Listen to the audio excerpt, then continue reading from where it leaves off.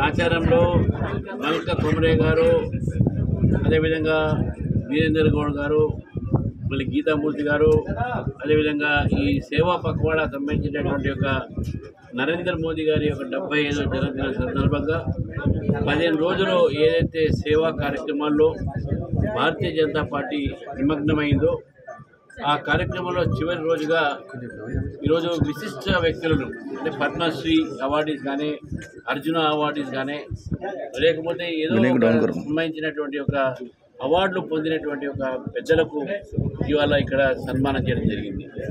వారి కథలు, వారి యొక్క జీవిత ఏవైతే సాధించినటువంటి ఒక పనులు, సాధించినటువంటి ఒక ఏవైతే కార్యక్రమాలు ఉన్నాయో అవన్నీ కూడా ఒక కథగా ఈరోజు యువత దాన్ని పాటించాల్సిన అవసరం ఉన్నది. ప్రతి ఒక్కరు కూడా కష్టపడి ఈరోజు పద్మశ్రీ సంపాదించారు. వారి యొక్క క్షేత్రంలో, వారి యొక్క ఫీల్డ్లో డాక్టర్గా అయితేంది, స్పోర్ట్స్మెన్గా అయితేంది, అదేవిధంగా ఆధ్యాత్మికమైనటువంటి ఒక ఫీల్డ్లో అయితేంది. ఈరోజు భారతదేశంలో అనేక మంది విశిష్ట వ్యక్తులు ఈరోజు భారతీయ జనతా పార్టీ వాళ్ళని ఈరోజు సత్కరిస్తుంది. ఎందుకంటే వాళ్ళు రాబోయే తరాన్ని ఈరోజు అందరినీ కూడా ప్రోత్సాహన చేసేటటువంటి వాళ్ళ గాథలు ఉన్నాయి. కాబట్టి ఈరోజు ఈ కార్యక్రమంలో చాలామంది పాల్గొనడం జరిగింది.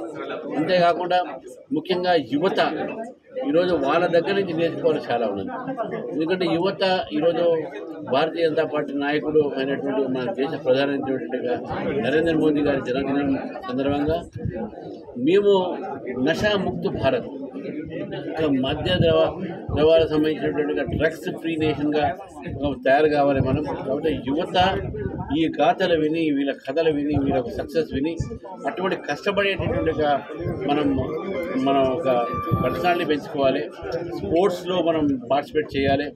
మనం అదేవిధంగా అనేకమైనటువంటి కార్యక్రమాల్లో కల్చర్ యాక్టివిటీస్ కానీ ఈ డ్రగ్స్కు దూరంగా ఉండాలని చెప్పేసి కూడా ఈ సందర్భంగా నేను తెలియజేస్తూ మరి కార్యక్రమం మల్క కొమరే గారి యొక్క ఢిల్లీ పబ్లిక్ చేరేందుకు ఢిల్లీ పబ్లిక్కి కూడా నేను ధన్యవాదాలు చెప్తున్నాను. మంచి యొక్క కార్యక్రమం స్పందన వచ్చింది.